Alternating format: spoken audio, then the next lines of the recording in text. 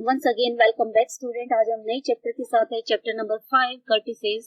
आज का लेक्चर का मेन मोटिव है कर्टिसेस क्या होता है, देन इनके डिफरेंट टाइप्स क्या हैं एंड देन इनसे रिलेटेड कुछ क्वेश्चंस। तो सबसे पहले देखते हैं कि कर्टिसेस क्या होते हैं। तो kurtosis is the degree to which frequency distribution is peaked और फ्लैटोड। मतलब क्या है, आपने क्या करना है, डिस्ट्रीब्यूशन बनाना है, फ्रीक्वेंसी डिस्ट्रीब्यूशन बनाना है। उसकी जो हाइट है, उसकी जो पीकनेस है, कितनी ज्यादा पीकनेस है, कितनी कम पीकनेस है, मतलब पीकनेस के बारे में कौन बताता है, कर्टिसेस बताता है। तो इसी पीकनेस के बेस पर कर्टिसेस तीन टाइप का होता है, लेप्टोकर्टिक, मेसोकर्टिक एंड प्लेटिकर्टिक।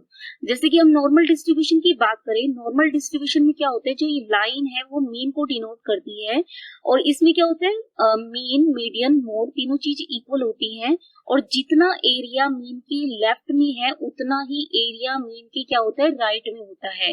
तो ये जो हाइट है, इस हाइट को कौन बताता है, कर्टिसेस बताता है। अब ये नॉर्मल कर्व है, नॉर्मल कर्व से अगर ज्यादा हाइट हो जाती है तो उसे हम कहते हैं लेप्टोकर्टिक। और अगर नॉर्मल कर्व से हाइट कम हो जाए, पीकनेस कम हो जाए, यानी वो फ्लैट होना स्टार्ट हो जाए, तो उसे बोला जाता है प्लेटिकर्टिक। कुछ आप इस तरीके से देख सकती हो, ये नॉर्मल है, नॉर्मल को मेसोकर्टिक बोला जाता है। नॉर्मल कर्व से ज्यादा हाइट हो then it is leptokurtic. Normal curve से हाइट कम हो, यानी अगर वो फ्लैट होना स्टार्ट हो जाए तो उसे क्या कहेंगे, प्लेटिकर्टिक। और जो नॉर्मल कर्व है उसे मेसोकर्टिक भी बोला जाता है। तो लेप्टोकर्टिक में आप देख सकते हो कि सारे आइटम जो है वो नियर अबाउट मीन फैले हुए हैं, क्योंकि जो ये पिकनेस है, ये पिकनेस जो है वो डिनोट करता है मीन को। तो ये नियर अबाउट सारे हैं, मीन के अबाउट फैले हुए हैं। और प्लेटिकर्टिक में आप देख सकते हो कि मीन से थोड़ा दूर फैले हुए हैं। तो ये लेप्टोकर्टिक थीन होता है, प्लेटिकर्टिक है वो ज्यादा फ्लैट होता है। जो प्लेटिकर्टिक है वो प्लेटिपस से लिया गया है, देख सकते हो कि ये फ्लैट सा है, तो ये प्लेटिपस है, इसका नॉर्मल कर्व से थिकनेस जो है कम हो रही है। और कंगारूज के केस में देखिए तो नॉर्मल कर्व से इसकी पीकनेस ज्यादा है, तो ये हमारे पास क्या है, लेप्टोकर्टिक है। कैसे बताएंगे कि कोई भी फ्रीक्वेंसी डिस्ट्रीब्यूशन है वो लेप्टोकर्टिक है या फिर मेसोकर्टिक है या फिर प्लेटिकर्टिक है। इसके लिए होता है मेजर ऑफ कर्टिसेस, होता है मेजर ऑफ कर्टिसेस, एक टर्म है मेजर ऑफ कर्टिसेस। इसको बीटा 2 से डिनोट किया जाता है, बीटा 2 से। और बीटा 2 की वैल्यू μ4 बाय में μ2 का स्क्वायर। पिछले लेक्चर में हम देख चुके हैं कि μ4 मतलब क्या होता है, फोर्थ सेंट्रल मोमेंट होता है और μ2 जो है वो क्या होता है, सेकंड सेंट्रल मोमेंट होता है। तो बीटा 2 के बेस पर हम डिस्कस करेंगे कि कर्टिसेस कौन सा है। तो पहली कंडीशन है कि बीटा 2 अगर 3 से ज्यादा हो जाए, अगर बीटा 2 3 से ज्यादा है तो ये तो हो जाएगा लेप्टोकर्टिक। सेकंड है, अगर बीटा 2 3 से छोटा हो जाए तो ये बन जाएगा, बीटा 2 3 से छोटा है तो ये हो जाएगा प्लेटिकर्टिक। और बीटा 2 अगर 3 के बराबर ही हो जाए तो ये हो जाएगा मेसोकर्टिक। अगर आप ऐसे करो तो इसके लिए ये वाली टर्म भी यूज कर सकते हैं, गामा 2, लेकिन गामा 2 की वैल्यू हो जाएगी μ4 बाय में μ2 का स्क्वायर माइनस में 3 हो जाएगा। तो गामा 2 क्या हो रहा है, 0 से बड़ा हो रहा है तो लेप्टोकर्टिक, गामा 2 अगर 0 से छोटा है देन प्लेटिकर्टिक, और गामा 2 अगर 0 के बराबर ही आ जाए तो क्या हो जाएगा, मेसोकर्टिक। तो अब हम इनसे रिलेटेड कुछ क्वेश्चन देखते हैं। तो क्वेश्चन दिया हुआ है, the first 4 movement about mean, जो मूवमेंट अबाउट मीन था वही आपकी सेंट्रल मूवमेंट थी, of a frequency distribution are 0, 100, -7 and 35,000 respectively. Discuss the kurtosis of the distribution. इस क्वेश्चन में क्या दिया हुआ है, आपको चारों मूवमेंट दिए हुए, सेंट्रल मूवमेंट, आपको बताना है कि कौन सी कर्टिसेस है। तो μ1 जो था, μ1 की वैल्यू आ रही है 0, μ2 की वैल्यू आ गई 100 और μ3 जो है वो दे दिया है -7 और μ4 की वैल्यू आ गई है 35,000। तो आपको क्या निकालना है, आप मेजर ऑफ कर्टिसेस यानी बीटा 2 निकालना है। तो बीटा 2 की वैल्यू हो गई μ4 बाय में μ2 का स्क्वायर। μ4 आप निकाल चुके हो, कितना आएगा 35,000 बाय में μ2 का स्क्वायर, μ2 का स्क्वायर निकालेंगे तो ये आ जाएगा कुछ इतना। तो यानी इसकी वैल्यू आ जाएगी 3.5 जो कि 3 से क्या है, बड़ा है। 3 से अगर मेजर ऑफ कर्टिसिस बड़ा आ जाए, कर्टिसिस होगी आपकी लेप्टोकर्टिक। तो ये जो फ्रीक्वेंसी डिस्ट्रीब्यूशन है लेप्टोकर्टिक होगा, मतलब इसकी पीकनेस नॉर्मल कर्व से ज्यादा होगी, यानी ये मीन के अबाउट फैला हुआ मिलेगा। नेक्स्ट क्वेश्चन है the first 4 movement of a distribution about the value 4 are -1.5, 17, -30 and 108। Discuss kurtosis. तो क्वेश्चन में क्या दिया हुआ है, आपको नॉन सेंट्रल मूवमेंट दी हुई है। नॉन सेंट्रल मूवमेंट का मतलब क्या था, मूवमेंट अबाउट एज्यूम्ड मीन। हम पिछले लेक्चर में देख चुके हैं कि मूवमेंट अबाउट एज्यूम्ड मीन क्या होता है। उसकी नोटेशन हम डैश से करते थे, μ1 डैश, μ2 डैश, μ3 डैश और μ4 डैश। तो फर्स्ट नॉन सेंट्रल मूवमेंट दिया हुआ है, सेकंड, थर्ड एंड फोर्थ। फिर क्या कह रहे हैं कि कर्टिसिस निकालें। कर्टिसिस में हम मेजर ऑफ कर्टिसिस निकालते हैं, लेकिन मेजर ऑफ कर्टिसिस में जो मूवमेंट यूज होती है वो सेंट्रल मूवमेंट होती है, यानी मूवमेंट अबाउट मीन यूज होती है। तो पिछले लेक्चर में हम देख चुके हैं कि कैसे कन्वर्ट करना होता है नॉन सेंट्रल को सेंट्रल में। तो कुछ रिलेशन इस तरीके से थे, second central movement μ2 is equal to μ2 dash minus μ1 dash का square, and fourth central movement is μ4 is equal to μ4 dash minus 4 time of μ3 dash μ1 dash plus 6 time of μ2 dash μ1 dash का square minus 3 time of μ1 dash raise to the power 4। और जो μ1 dash है वो कितना हो गया, -1.5, μ2 dash हो गया 17, μ3 डैश हो गया है माइनस का 30 है ये, और μ4 डैश की वैल्यू कितनी हो गई है, 108 हो गई है। तो सबसे पहले आप μ2 निकालोगे, μ2 इज इक्वल टू μ2 डैश यानी 17 माइनस में 1.5 का स्क्वायर, तो इसकी वैल्यू कुछ आ जाएगी 14.75। अब सभी वैल्यू आप इसमें भी रख सकते हो, μ4 डैश पता है, μ3 डैश पता है, μ1 डैश की वैल्यू पता है और μ2 डैश भी पता है। तो जब पुट करोगे तो μ4 इज इक्वल टू कितना आ जाएगा, 142.3125 आ जाएगा। अब क्या निकालना है, मेजर ऑफ कर्टिसिस निकालना है। तो मेजर ऑफ कर्टिसिस यानी बीटा 2 की वैल्यू कितनी थी, μ4 बाय में μ2 का स्क्वायर। तो μ4 अभी हमने निकाला है 142.3125 ओवर में क्या हो गया 14.75 का स्क्वायर। आंसर आ जाएगा कुछ 0.654 जो कि 3 से क्या है, छोटा है। अगर 3 से छोटा होता है तो वो क्या होती है, प्लेटिकर्टिक। तो ये जो फ्रीक्वेंसी डिस्ट्रीब्यूशन है प्लेटिकर्टिक है। नेक्स्ट अब हम नेक्स्ट एग्जांपल है, डिस्कस कर्टिसिस ऑफ फ्रीक्वेंसी डिस्ट्रीब्यूशन। यहाँ वेरिएट दिए हुए हैं, वेरिएट की value 0 to 5, 5 to 10, 10 to 15, 15 to 20, 7 और 35 to 40, और ये इनकी करेस्पॉन्डिंग फ्रीक्वेंसीज है।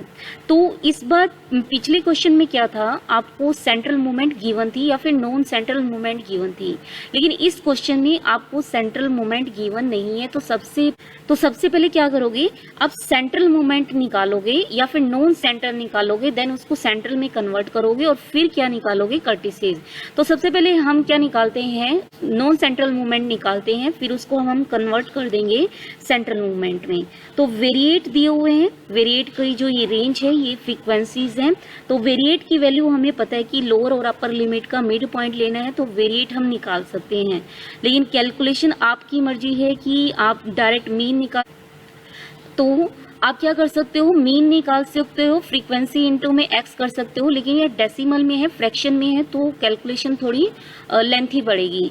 तो इसलिए हम क्या करते हैं, स्टेप डेविएशन मेथड से करते हैं। तो u जो है, u क्या था, x माइनस में a बाय में 5 जो है इनके बीच में डिफरेंस है। अगर डिफरेंस सेम आए तो आप स्टेप डेविएशन मेथड यूज कर सकते हो। तो u की वैल्यू जब इसके अंदर निकाली जाएगी, एज्यूम्ड मीन जो है, एज्यूम्ड मीन हमने ले लिया 22.5, एज्यूम्ड मीन 22.5। तो u is equal to x मतलब 2.5 माइनस में एज्यूम्ड मीन यानी 22.5 बाय में क्या हो गया, 5 हो गया, इसकी वैल्यू आ जाएगी -4।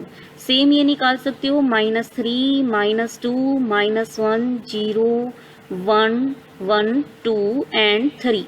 फिर आपको क्या करना है, central movement, non central movement के लिए यानी म्यू1 डैश चाहिए। स्टेप डेविएशन में फॉर्मूला क्या था, f इंटू में u, f5 इंटू में ui बाय में total number of terms into में h।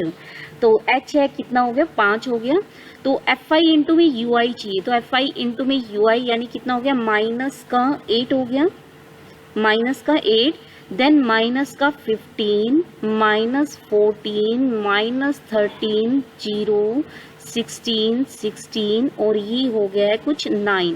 फिर इनका क्या, सॉरी ये 9 है, फिर इनका हमें सम चाहिए, इनका सम आप निकालोगे, बाई चांस ये कितना आ गया, माइनस का 9 आ गया है, तो ये हो जाएगा -9 बाय में total number of terms, total number of terms मतलब फ्रीक्वेंसीज का सम, फ्रीक्वेंसीज का सम निकालोगे वो 75 के करीब आ जाएगा। तो ये हो जाएगा 75 इंटू में h जो है क्लास साइज देख सकते हो 5 है, तो ये कितना आ जाएगा, इसको जब आप सोल्व करोगे -9/15 यानी कितना हो जाएगा, माइनस में 0.6 आ जाएगा।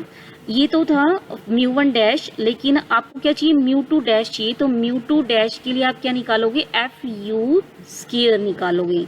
तो एफ यू स्क्वायर निकालोगे तो ये हो जाएगा 32, 45, 28, 13, 0, 16, 32, 27। इसका जब सम करोगे आ जाएगा 193।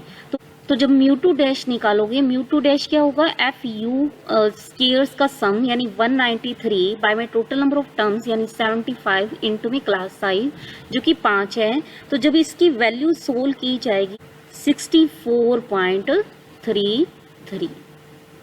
तो सेम आप म्यू4 डैश निकालोगे यानी फोर्थ नॉन सेंट्रल मूवमेंट निकालोगे तो आप FU4 निकाल सकते हो, इनका सम कर सकते हो, ये कुछ 1429 आ जाएगा बाय में टोटल नंबर ऑफ टर्म्स यानी 75 इंटू में 5 यानी आपका म्यू4 डैश की वैल्यू इतनी आ जाएगी। तो अब ये तो थी आपकी नॉन सेंट्रल मूवमेंट, लेकिन आपको क्या चाहिए, सेंट्रल मूवमेंट चाहिए। तो central movement, second central movement के लिए फॉर्मूला था म्यू2 डैश माइनस म्यू1 डैश का स्क्वायर। वैल्यूज हमें पता है, म्यू2 डैश की वैल्यू भी आ गई है, म्यू1 डैश भी आ गया है, तो आप म्यू2 की वैल्यू निकाल सकते हो। म्यू2 की वैल्यू आ जाएगी 63.97। अब आपको चाहिए फोर्थ सेंट्रल मूवमेंट यानी म्यू4 चाहिए, तो म्यू4 था म्यू4 डैश माइनस 4 म्यू3 डैश म्यू1 डैश प्लस 6 म्यू2 डैश म्यू1 डैश का स्क्वायर माइनस में 3 टाइम ऑफ म्यू1 dash raise to the power 4।